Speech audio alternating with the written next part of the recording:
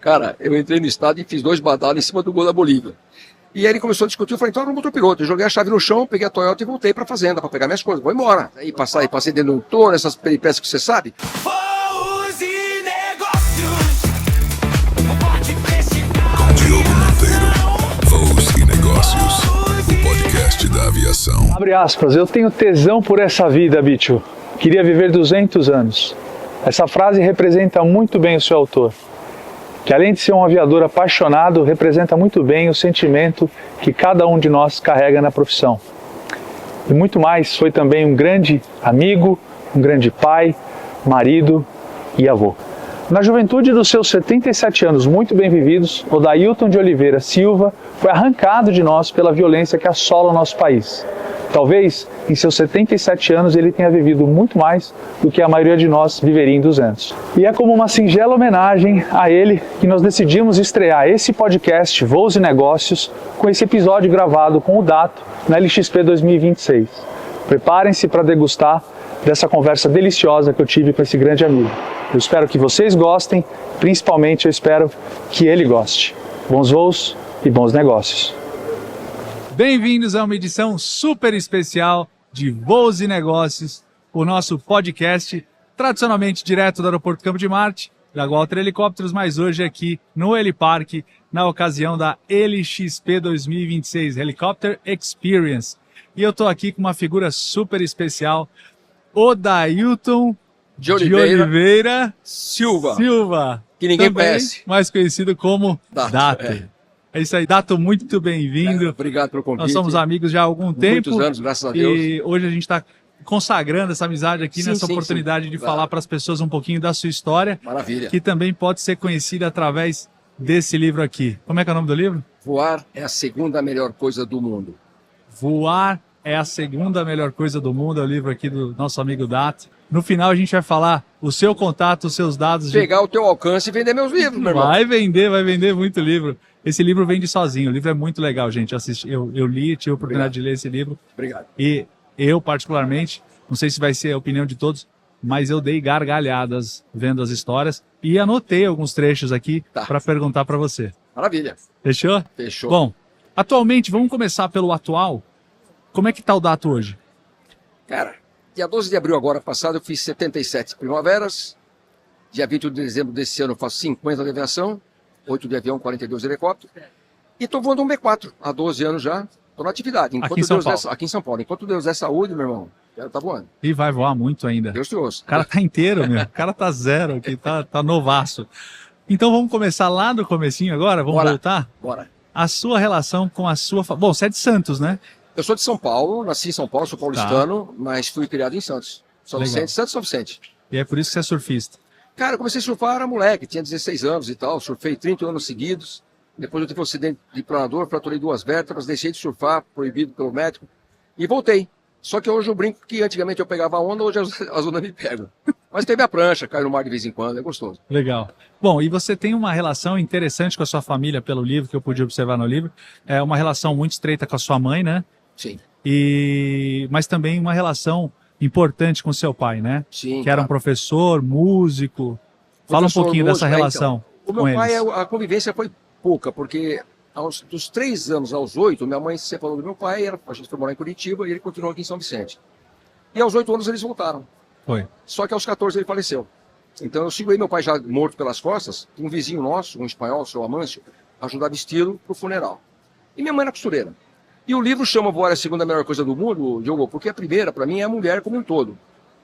A força. A gente, como homem, às vezes, não é regra geral, mas tem homem que primeiro tropeção desiste, o segundo já, né, terceiro chuta o balde. E a mulher não, a mulher tem essa força toda.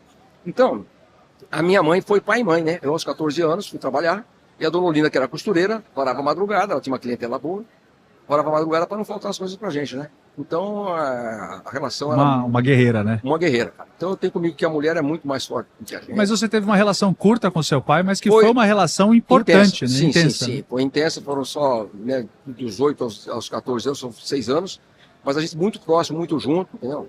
Ele era músico, ele participou da Revolução de 32, o mausoléu dos ex-combatentes lá em São Vicente, tem um tipo de um predinho lá, tem lá, ele tá lá no mausoléu, entendeu?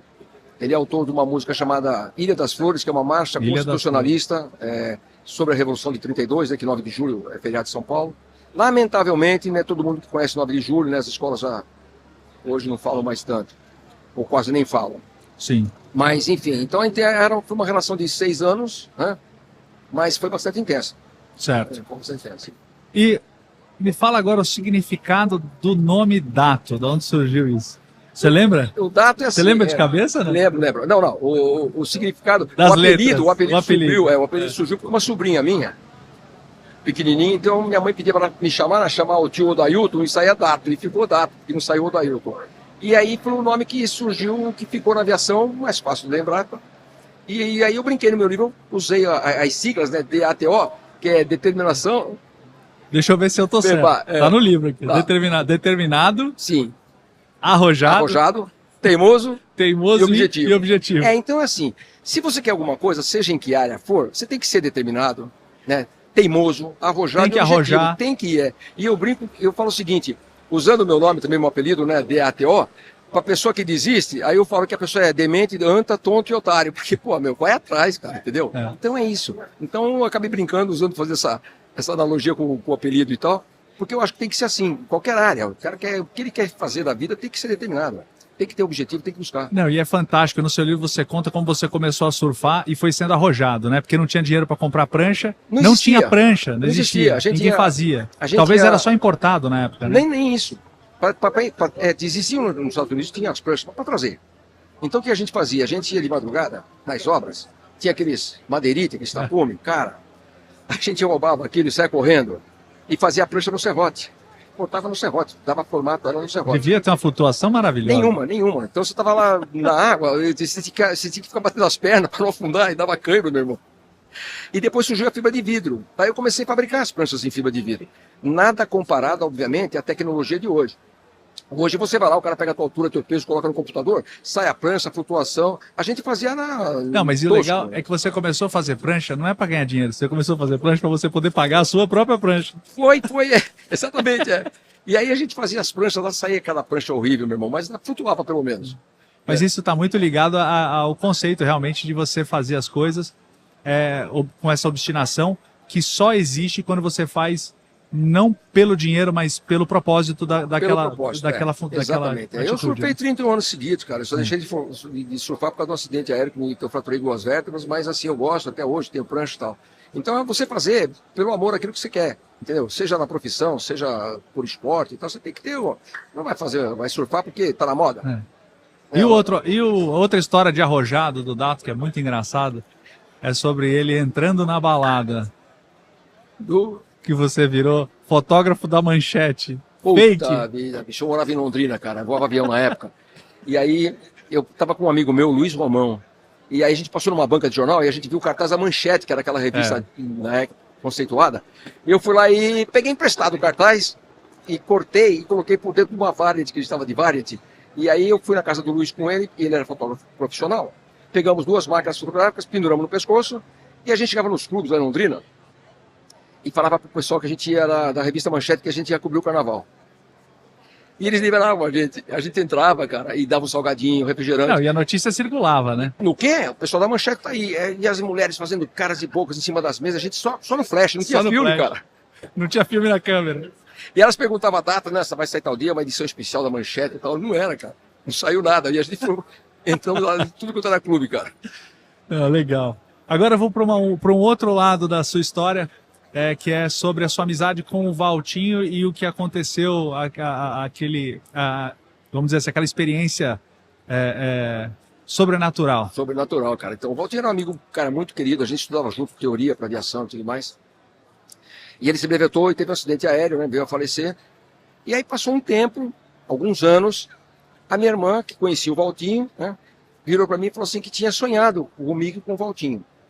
Aí passou uns dias, eu estava na casa de uma prima aqui em São Paulo, a Neuza, que é espírita, e ela falou assim, Tato, eu sonhei com você e um amigo seu. E me descreveu o Valtinho. Magrinho, de óculos, tinha um narigão, entendeu? Então ela descreveu o Valtinho. Eu falei, poxa, a Erfran, minha irmã, me contou que sonhou com o mesmo sonho. Ela falou, reza uma missa para ele, manda rezar uma missa, em intenção da alma dele. E eu fui na igreja, pedi para rezar essa missa, e assisti a missa. Cara, na noite que eu assisti a missa, eu sonhei que eu estava chegando na ESA, eu sou na ESA, no Campo de Marte, eu estava chegando na ESA, e eu olho assim, eu vejo o Valtinho sentado no banco do piloto. E ele me olhou com um sorriso tão manco. Fui pra cima dele, dei um abraço, cara, forte. E não lembro mais de nada. Acabou o sonho aí. Aí eu comentei com essa minha prima, né? Esse sonho, ela falou assim, ele veio pra te agradecer. Legal, né? Então, É isso aí. é difícil, cara. Amigo, né? Cara, a gente já perdeu tanto amigo nessa aviação, bicho. É. Puta vida. Mas é o que eu sei fazer, meu irmão, o que eu amo fazer. E enquanto Deus dessa hora eu quero fazer. Mas isso foi um presente, né? Que ele te Porra, deu. bicho. Um belo presente. Então, e quem quer saber qual a história do Valtinho na sua vida, vai ter que ler o seu livro, né? Tem que ler o livro. Comprar um livro aí. É isso aí. Aí depois, quando você fala que pode, eu falo onde compro o livro. Que eu tenho um What's Business. Ó, tá moderno, tá arrojado, tá arrojado. Não, eu já vou adiantar então. O telefone é 11 São Paulo, Tá. 97778 DATO. Porque no alfanumérico o DATO é 3286. Então é 9778 3286. Então fica fácil, pessoal. 3286. 3286, é. Não, beleza. Tá dado o telefone do Pronto, Dato. obrigado, valeu. Adquiram, vale a pena. Mas vamos lá. Falando um pouquinho, antes de eu entrar no próximo assunto, eu quero entender como é que você virou piloto de avião. Cara, eu tinha e tenho até hoje medo de altura. E eu tenho um amigo meu, Francisco Carlos Cursi, ele é de Pompeia. Espera só um ele- pouquinho. O Dato falou que tem medo de altura. Você que está assistindo a gente aí, com certeza não entendeu nada, né? Como é que o piloto de avião, de helicóptero, tá falando que tem medo de altura? Mas eu tenho. Mas a gente respeita a altura, né? A gente Eu acho sabe. que é isso, é. A gente tem respeito. Eu também sou piloto de helicóptero, de avião também, e tenho um respeito enorme pela altura. É, porque tem que a gente respeitar. não nasceu para isso, né? A Exatamente, gente é. se tornou, Se tornou, a gente se é. colocou nessa condição. É. Então a gente procura respeitar, não é Sim, isso? sem dúvida. Então continue. Então, daí esse amigo meu, Cursi, eu morava em São Vicente, na Praia Itararé, e ele ia fazer aeroclube na Praia Grande. Ele passava, me convidava para ir com ele tinha uma Kombi, que ele tinha uma hortifruti, então a gente ia só para conversar, para ir no sozinho de São Vicente até Praia Grande, a gente ia conversando. E um belo dia, um cara chamado Vilas, que eu nunca mais soube desse Vilas, piloto, convidou o Cursi para voar. Ele já era piloto brevetado e foi fazer um voo para só uma hora de voo. E o Cursi falou assim, ó, inventou que tinha compromisso, leva o Dato, que ele queria me empurrar nessa história. E eu com medo, não queria ir. Aí eu fui até avião, olhei, voltei, meu sem coragem, fui de novo, voltei. Era um paulistinha, né, entelado e tal. 2 lugares, Pelo menos não era aeroboeiro, né? não era o paulistinha. Aí criei coragem e fui. Aí decolou e fomos para Itanhaém. Quando esse foi decolar, Praia Grande na época, era pista de grama, né? Começou a trepidar, mas eu não tinha mais o que fazer a não ser orar, porque meu irmão já estava dentro do avião. E daí a pouco aquela maciez ele tirou do chão e tudo que era proibido fazer na secretaria, as manobras, ele fez comigo lá em Itanhaém. A gente estava uns rasantes, pessoal jogando vôlei e tal. Aham. E na volta ele pediu para eu segurar o manche, né, me posicionar como piloto.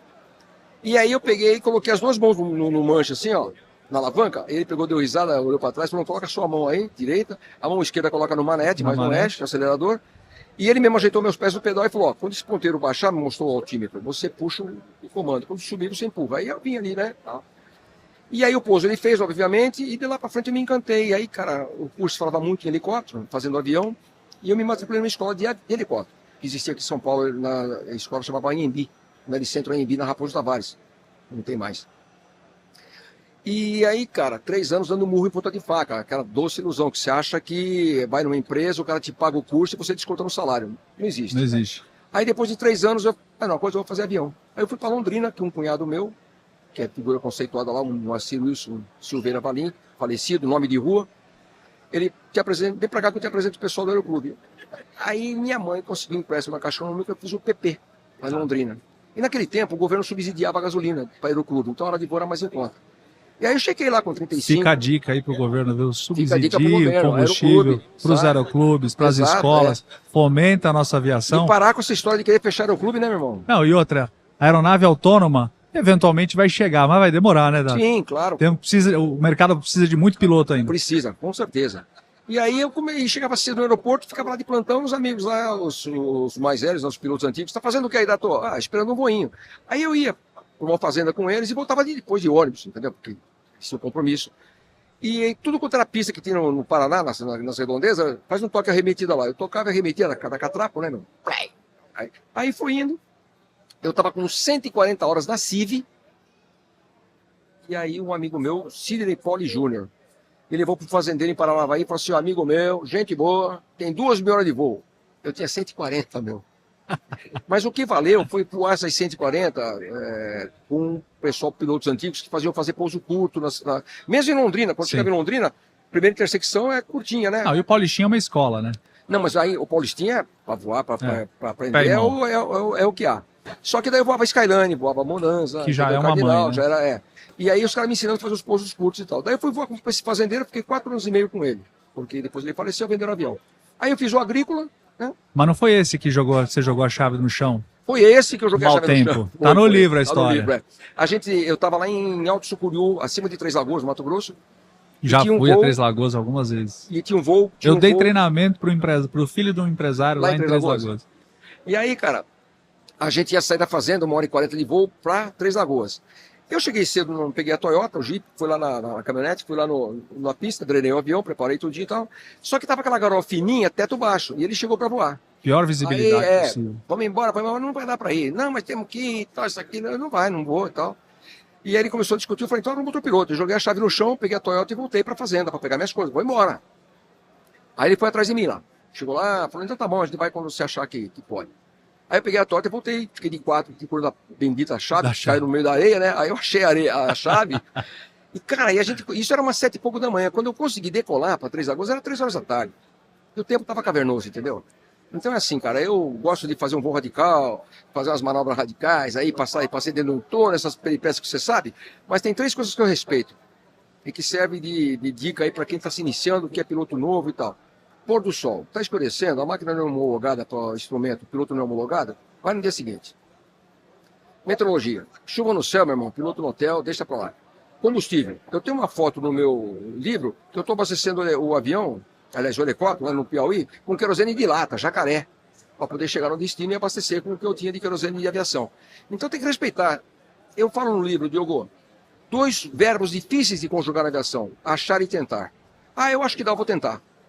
Já tá esquisito o negócio. É verdade. Então, Com toda a tua experiência em acidentes, sim, né? Nenhum deles foi por esses 3 fatores, né? Não. Os Então- 5 acidentes que eu tive, os 3 helicópteros, eu consegui pousar, entendeu? Sim. Eu Foram perdi- problemas técnicos. Problemas técnicos, Um eu perdi os magnéticos, fiquei sem potência, pousei, Então, uma aeronave a combustão. combustão, O outro estava fazendo uma campanha, estava fazendo inspeção de linha lá no Paraná. E tem uma Inspeção represa de lá. linha é quando o helicóptero, só para explicar, é quando o helicóptero tem que voar pertinho da linha Das de alta torres, tensão das torres para fazer inspeção, para o técnico poder inspecionar, ver se Sim, está tudo certo. Tem um isolante lá quebrado, alguma coisa, tem um Isso. número pó na torre, eles anotam o número para depois ir lá sanar o problema. E aí eu estava fazendo em Curitiba tem uma represa chamada Capivari. Sim. E a gente estava fazendo umas imagens lá, com o pessoal da companhia energética lá, porque tinha umas erosões na represa. Eles queriam fazer umas imagens da erosão. Aí o cara que estava na minha esquerda falou assim, comandante, a gente tem que ir para a entrada de água da represa. Eu falei, mano, não sei onde é, eu não conheço onde é que é. Ele me deu uma direção. Eu fui, tinha uma rede. E eu entrei na rede, com jet. A minha sorte, que eu falo que eu tenho uma equipe de Santos, cara, e que eles fazem hora extra, a rede era nova, não estava energizada, e eu consegui arrebentar, porque quando o helicóptero quebrou, que ele subiu, eu espetei e arrebentou o cabo. Aí eu fiz uma coisa tão idiota, eu fui para a beira da represa para pousar. Era muito íngreme, Diogo, então eu não consegui pousar. Não ia dar para pousar, ia ficar muito inclinado. O que eu fiz? Eu trabalhei os comandos mais acentuadamente. Como responderam, eu vou em mais 20 minutos, 10 minutos para tentar Nossa. fazer para terminar as imagens. Não façam Não isso em façam, casa. não, pelo amor de Deus. Pousei no Mas campo na de hora, futebol. eu entendo isso. Na hora você fala assim, poxa, não, tá voando, a aeronave tá voando. O que é melhor? Eu ficar aqui no meio do nada ou eu... Não, mas o pior, sabe o que acontece? Não é que eu não era no meio do nada, eu estava em Curitiba, cara. Eu estava de helicóptero, eu estava 10 minutos do Bacaxeri do aeroporto. Se eu tivesse pousado ali, entendeu? Eu ia chamar o carro, a empresa vinha buscar e tal, sem problema. É que foi um vacilo mesmo. Aí peguei, assentei os comandos, responderam, continuei o voo. Aí pousei no campinho de futebol, coloquei as portas de volta, porque eu tinha pousado para tirar as portas, e fui para o Bacaxeri. Quando eu cheguei no Bacaxeri, foi que eu fui ver o estrago que tinha acontecido. E por que foi errado insistir? Porque na hora estava correspondendo, mas se atingiu o cabo, algum link e alguma coisa Sim. podia ter soltado com o voo, né? Aí você vira passageiro, Você né? vira estampa de camisa. É isso aí. Bom, e com relação agora à frase do Mark Twain, eu vou falar dela agora, porque eu achei legal que você citou essa frase.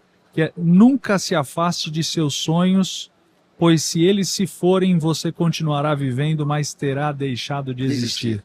Essa frase eu achei fantástica.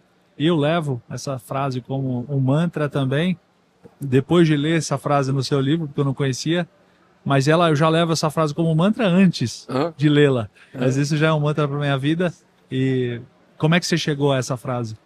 Porque assim, eu tenho comigo que às vezes as pessoas desistem de alguma coisa e continuam trabalhando, tem que trabalhar, vai viver, tem família, alguma coisa e tudo mais. Só que fazem aquilo que estão fazendo para sobreviver, para ter uma sobrevivência, mas não fazem com o prazer que a gente faz, que a gente tem no que a gente faz, entendeu? Então não importa qual é o ramo de atividade que o cara quer fazer, tem que buscar fazer aquilo que ele quer e não desistir, porque ele vai continuar vivendo, claro, mas deixa de desistir.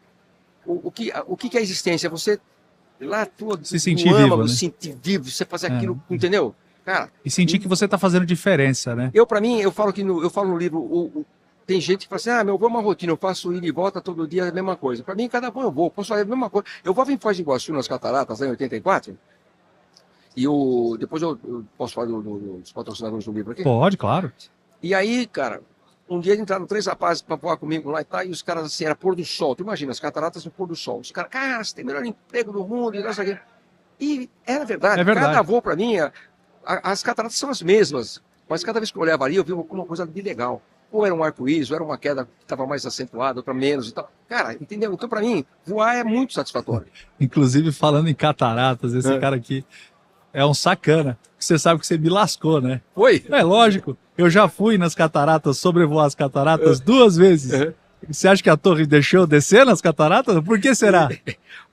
A torre não deixa mais ninguém descer. Acho que a altitude mínima hoje lá, acho que é 1.600. Quando eu fui era 1.500 pés. Então, 1.650. Eu desci, eu dei aquela engambelada, igual você fez. Na época dele não tinha, ou era 500 pés, sei lá. Nem isso. Ele desceu dentro da cachoeira. Pô, você fazia um voo pairado, Diogo, deixa eu te interromper aqui. Fazia um voo pairado, a queda d'água aqui. Você fazia um voo pairado, do lado da olhando ali em cima, você mergulhava na garganta. Ou então você via pelo leito do rio e subia na garganta, entendeu? Eu levei bronca. Eu levei bronca da controladora, porque eu desci abaixo de 1.000 pés, que eu falei assim, não, eu tô aqui, já tô aqui, vale a bronca. Ela não vai ver. Eu afundei lá para uns 700 pés, mais ou menos.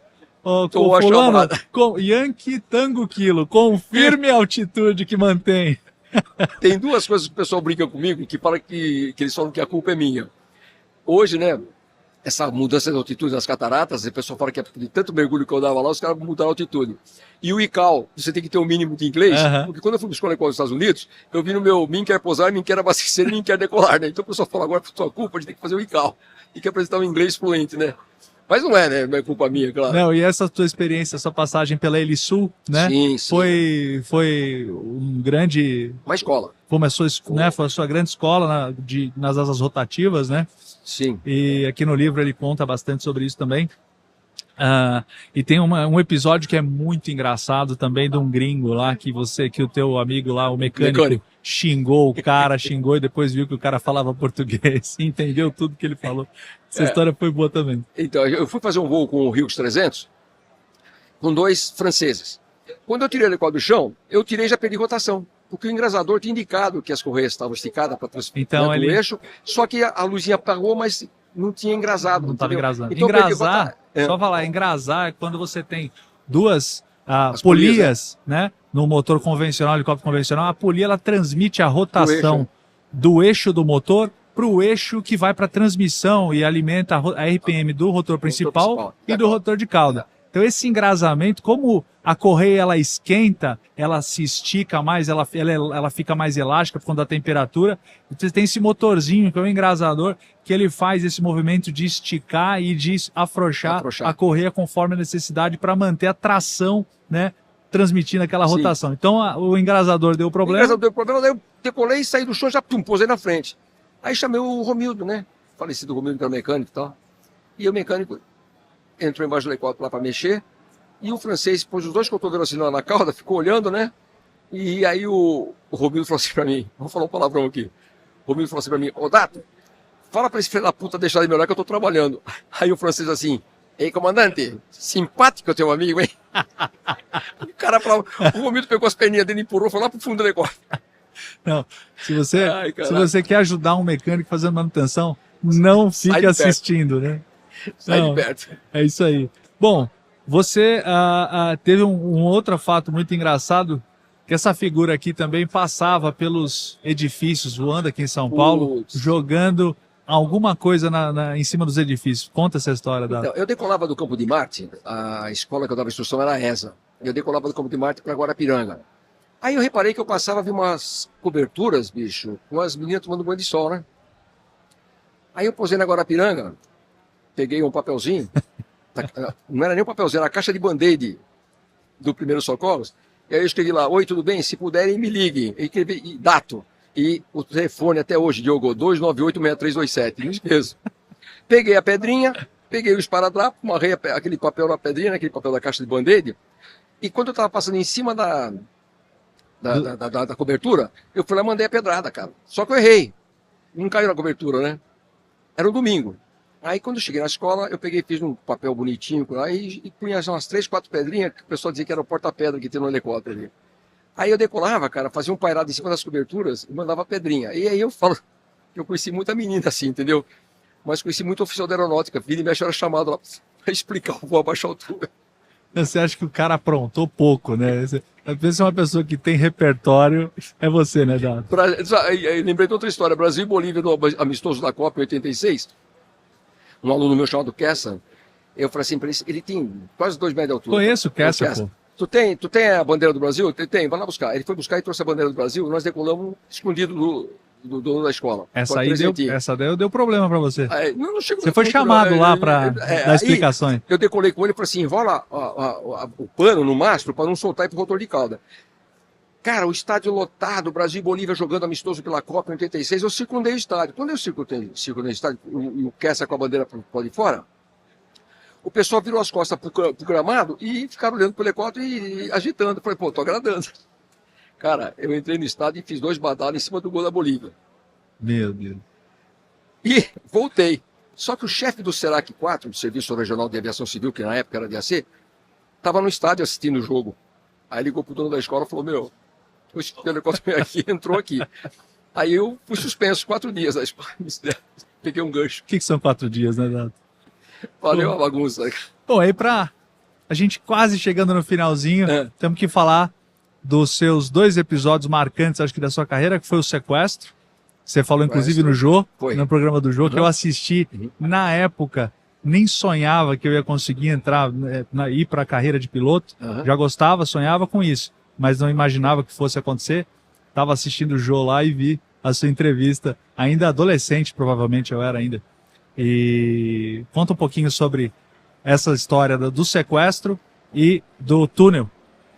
A do sequestro eu estava no Campo de Marte e eu estava numa empresa chamada TAP. T de táxi, A de aéreo e P era o sobrenome do proprietário.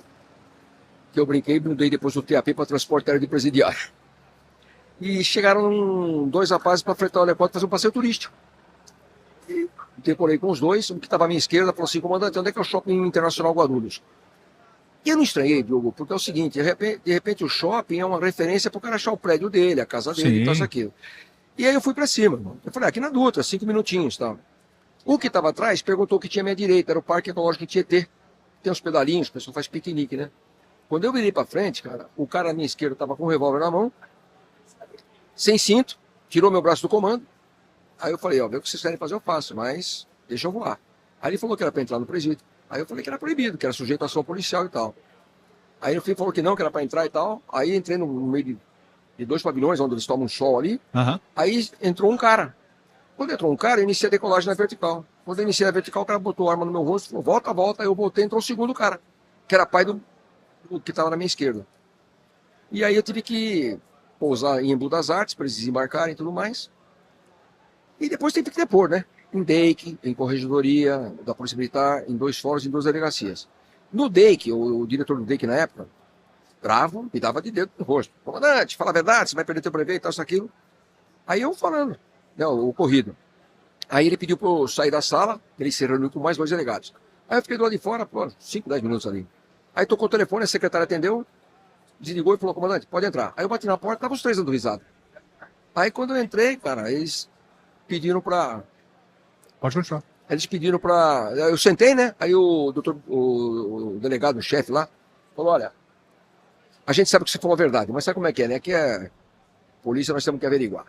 Aí começamos a bater papo, aí eu contei do túnel para ele, porque ele falou que queria fazer a restituição, né? Restituição não, o que se fala quando você vai repetir A enfim, reconstituição. Reconstituição, exato, reconstituição e tudo mais.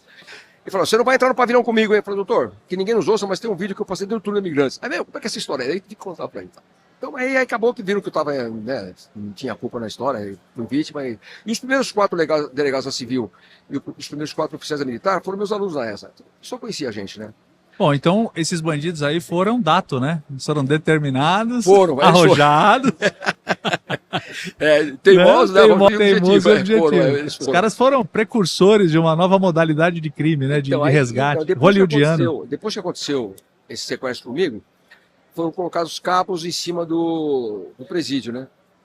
Para evitar a entrada do helicóptero. Aí, um ano depois, um amigo meu, Alexandre Colasso, que voava helicóptero, ele foi sequestrado e teve que pousar em cima do pavilhão. Aí deram não sei quantos tiros na máquina lá e um pegou na cabeça dele por trás e ele acabou que perdeu um pouco de mobilidade do lado esquerdo e deixou de voar. Tá bem, graças a Deus, Tá. né? Mas, enfim. Mas foi um susto, né, cara? Isso aí foi pra marcar. Bom, e do voo do túnel, para concluir? O voo do As túnel, histórias? eu dava instrução no Campo de Marte e morava em Santos. Aí o helicóptero, que hoje é o Schweizer, na época era o Hughes 300, mesmo modelo, né? Só que agora é mais moderno. E pequenininho para 2 pessoas, eu falei, um dia eu vou passar aqui dentro do helicóptero. Só que depois eu fui para um jet Ranger na turbina, né? E acabou que a ideia ficou meio num canto. Até que um dia subindo para São Paulo, parei o carro na boca do túnel, entrei no olhômetro, medi lá. Aí eu, vai dar. Para São Paulo, tirei a porta do helicóptero, chamei um amigo cinegrafista, mais 2 pessoas que foram com a gente. Um era um concunhado meu que já havia voado comigo de avião, né? Ele falou, poxa, eu já voei de avião contigo, queria voar de helicóptero. Aí eu fui no apartamento dele e falei, na quinta-feira, eu falei, escuta, bicho, tô a fim de fazer um voo de helicóptero amanhã. Vamos lá? Ele se empolgou todo, eu falei, quero passar dentro do túnel dos imigrantes. Ele falou, não vou mais. Arregou. Eu falei, tá brincadeira, pô, maluco, vou passar dentro do túnel. Aí ele chegou lá, de balizinha dele com a 007 na época e tal, né? E chegaram os outros 2 amigos e tudo mais. Aí o cinegrafista no banco da frente, sem porta. Aí eu fui pro túnel, não existia pista sul, só pista norte. Tem os 2 túneis, o TA1, que é o túnel ascendente 1, e o TA2. E eu escolhi o TA2 porque ele é reto na entrada e na saída. É o mais curto, né? Mas é por causa da facilidade da entrada e saída, né? E aí eu fiz um pairado, e os carros descendo, era uma operação descida. Naquela época não tinha pista sul, então às 15 horas de sexta-feira invertia a mão de direção. Ao invés de Santos, São Paulo, era São Paulo, Santos. Aí quando deu intervalo entre os carros, eu entrei na pista. Quando eu entrei na pista, o cinegrafista viu o que eu ia fazer, ele faz um movimento brusco com a câmera, pega a metade do painel, centraliza, os carros saíram lá na frente e eu entrei de um lado e saí do outro. E aí, meu irmão, eu menti, os caras, ô Dato, que deu o vídeo, era fita VHS, que deu o vídeo do túnel, mas que túnel, não tem túnel não e tal. Aí o Ferreira, que é um comandante amigo meu, querido, ele, ô Dato, o pessoal, eu conto essa história falando que é mentira. Eu já tinha colocado em DVD. Deixa eu baixar no meu notebook, assim eu mostro para as pessoas, né? Os caras apostavam caixa de Brahma, cara, e ganhavam as caixas de Brahma, né? Eu brincava, me dá 10% de Guaraná, cara, não bebo, né? E aí um outro comandante lá de BH, o Anderson, foi lá e postou no YouTube, cara, e colocou o meu contato. Chego eu no Campo de Marte um dia, aí o Ferrari, que voa helicóptero, que está sempre na cidade com a gente, falou, Dato, você viu o teu vídeo no túnel? Cara, me deu umas tremedeiras. Eu falei, agora eu perdi carteira e tudo, né? Mas não dei nada não. O dia que deu problema foi quando o Jô Soares me entrevistou, que ele colocou esse vídeo, que a ANAC veio querer saber a explicação do vídeo lá. Mas aí acabou que ficou, né? Registrou e acabou. Eu estava na Labasta da última vez, na última Labasta, vieram 3 rapazes, né? Aí o comandante, como é que tá, como é que não tá? Eu não conheci os meninos, mas dei atenção para eles e tal. Quiseram tirar foto, fiz foto com os 3, depois individual e tal. Aí um deles falou assim, e o túnel, hein? Aí eu falei, legal, né? Aí o segundo falou assim, faria de novo? Eu falei, hoje não, né? Aí o primeiro falou assim, também com esses cabelos grisalhos tomou juízo, né? Eu falei, não, viado, aqui tá cheio de câmera lá. É lógico. Não, inclusive você voltou lá para medir depois e tinha Eu dava voltei, 1 metro não, de sabe por que eu voltei a distância medir? pra Eu cada voltei o passo. seguinte, o Fernando, que tem um canal chamado Aero por Trás da Aviação, que você conhece, ele me ligou se podia colocar numa matéria que ele ia fazer do italiano da Red Bull, o vídeo do túnel. Eu falei, pode, não tem problema nenhum. E aí eu fui ver, o Fernando me estuda muito, o que ele vai, né? Sim. Os programas dele lá. E aí eu assisti o programa. É um italiano de 42 anos, da Red Bull. Cara, equipe de 40 pessoas. 1 ano de preparação. Mini estações meteorológicas ao longo para não tirar o avião do eixo. Ele estava com um Zigbo, que é um aviãozinho acrobático, que de envergadura de asa de ponta a ponta tem 8 metros. O rotor do jet tem 10 e 16. Ele tinha sensor na ponta da asa, medindo da ponta da asa na parede do túnel 4 metros de cada lado. Aí eu falei, não, vou ter que medir. Aí eu fui lá com uma treina eletrônica, com o Werner, que é um amigo meu, que é inspetor de manutenção, trabalha na Azul. Ele tem uma escada grande. Fui lá, peguei no manual do helicóptero, no Jet Ranger da Bell, 3,30 metros, que é a altura do esqui até a cabeça do motor. Fui lá no túnel, meti as 3,30 metros, joguei a treina, deu 12,88 metros, tirei os 11,16. Mais aqueles 20 centímetros do chão? Do chão, mas eu passei triscando o esqui no chão. Sim. Então, para mim, a guia ali era onde eu contei da guia para cima, né? Não, e o jet é uma mãe, né? É uma mãe. Aí, meu irmão, quando eu fui lá fazer a conta, deu 1,36 metros de cada lado. E o cara tinha uma faixa branca no eixo da pista dele, no túnel que ele passou, que eu brinco e falo assim, que até o Steve Wonder fazia isso, porque, meu, tem uma faixa branca ali, é só colocar o nariz na faixa e passar. Mas é Red Bull, né, meu, aí faz estradalhaço e tal, equipe de 40 pessoas, ano de preparação. E também assim, né, se acontece um acidente da Red Bull, acabou, né? Acabou, o estrago Mas, cara, é grande. sabe, eu acho que uma equipe de 40 pessoas, um ano, eu vou em Agrícola, meu irmão, Ipanema. Dá pra fazer isso em Ipanema, cara. Mas o mundo ficou chato, meu amigo. Ficou. O mundo ficou chato. Lamentavelmente. Ficou né? uma nutelagem, meu irmão. Infelizmente, agora tudo tem que ser chato, né? chato. Milimetricamente. O brilho que a gente ganhava na vida através das maluquices. Pois é. Acabou. Agora, pra gente concluir esse episódio delicioso, muito bacana. Legal. Eu quero saber o que o Dato de hoje, com 77 anos, falaria pro Dato de 20? Cara, o Dato de 20, vamos dizer que seja o menino que hoje está querendo fazer aviação. Tem um piloto já falecido, Cláudio Finati. Eu conheci o Cláudio Finati.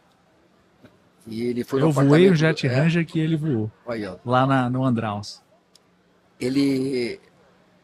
O meu sogro, meu pai da minha ex-mulher, tinha muita amizade com ele. E eu voava avião em Londrina. E o comandante Roger, que tinha conhecido, ele estava lá com o Jet Ranger, eu falei, né, sobre helicóptero e tal. Eu estava voando avião, falei sobre helicóptero, ele falou, tem uma escola na Praia Grande. E eu peguei e vim para Praia Grande, vim para São Paulo, né, para Santos, para ir na Praia Grande para conhecer a escola. E o meu sogro e sogro foram lá e chamou o Finati. O Finati era muito amigo dele. E a gente bateu um papo demorado. No final, ele falou uma coisa, Diogo, que eu falo para todo mundo que quer se iniciar na aviação hoje. Ele falou assim, Dato, a aviação de helicóptero é uma aviação mais restrita. E ainda é. Eu não sei hoje, mas nós éramos há um tempo atrás a menor classe profissional do Brasil. Hoje eu não sei. Então o que eu falo para essas pessoas que querem se iniciar é o que o Cláudio falou para mim. Ô Dato, a aviação de helicóptero é a aviação mais restrita. Mas se é o que você quer fazer, então faça. Desse jeito. Então faça. Busque os meios, então faça, entendeu? E o Dato de 77 anos hoje pro Dato de 20, eu faria tudo do mesmo jeito. Tudo igual, não mudava nada. Aliás, a única coisa que eu mudava, Diogo, era pedir para Deus me ensinar a mexer com dinheiro, porque eu não sei mexer com dinheiro, entendeu? Cara, eu não sei mexer com dinheiro. Se eu comprar meu celular por R$200, vender para tu por 100, eu saio pulando aqui. Caraca, meu, tal. Mas no resto, podia acontecer tudo igual, até os acidentes, bicho. Porque se eu estou conversando contigo, que eu passei por eles, entendeu? Então, o de 20 para de hoje, tudo igual, tá ótimo, cara. Mas talvez seja por isso que você viveu essa vida intensa e tão marcante, né? Que digna de um livro, né? Graças a Deus. Então, posso fazer os agradecimentos aqui? A segunda melhor coisa do mundo, faça seus agradecimentos agora e também já aproveita e deixa o seu contato de telefone, seu WhatsApp Business, seu Instagram, por favor. O Instagram, eu não uso, cara. Ninguém me chama de comandante nem de senhor, sabe? É Dato e. Mas você tá lá no Instagram, que eu te sigo, pô. Então, sim, mas o Instagram é Dato de Oliveira, Facebook é Dato de Oliveira, entendeu? Eu não uso o negócio de comandante, senhor, ninguém me chama de. É Dato e acabou, entendeu? Ou então de bicho, não sei porque há muitos anos inventei. É o bicho. Fala, bicho. Em vez de chamar os amigos de. Ei, bicho, coloquei um T no meio, eu voei em Teresina em 98. Quando alguém me liga de lá, eu atendo, e aí, lá do Piauí, aí, bicho, ficou o bicho por aí, entendeu? Enfim. E aqui o livro para adquirir é São Paulo 11, né? 977783286. Né? Que é o Dato, né? 3286 é o Dato, né? E eu queria fazer os agradecimentos aqui a Elisul, né? A pessoa do comandante Eloy Viesos, que patrocinou a gente. A Terra Mais, a Mavimai e a Mavi. A Mavimai é a corretora de seguros e a Mavi, negócios imobiliários, que é do meu genro, da minha filha. 7.600, que é a agência de comunicação que também patrocinou, Aviadores, do Luciano Weber, que você conhece, Agromaratá, que eu trabalhei no Maranhão, a CHB, a Recave Inox, Interrisc Seguros e a Elimarte, do Jorge, que você conhece também, que colaborou Sim. com o livro com a gente aqui. Legal. E é isso aí. Então é só ligar pra gente lá no WhatsApp, pra dar uma mensagenzinha que a gente manda pro Brasil inteiro. Show de bola. Dato, foi um prazer. Cara, muito obrigado. Demorou um pouquinho, mas a gente finalmente Cara, conseguiu fico fazer aqui- essa gravação e eu acho que foi especial, né? Bom, muito legal. Você conduziu muito bem, então dá pra gente ficar aqui 2 dias, cara. Que bom. Bom, De gente, verdade. foi um prazer ter vocês com a gente nesse podcast. Espero que vocês tenham gostado. Se vocês querem assistir mais conteúdos como esse, já clica no sininho, coloca aqui para se inscrever, faça seu comentário, deixa a sua pergunta ou a sua sugestão do próximo episódio para a gente gravar em mais outra feira. Faremos em outra feira, faremos os episódios lá do Aeroporto Campo de Marte, da Walter Helicópteros.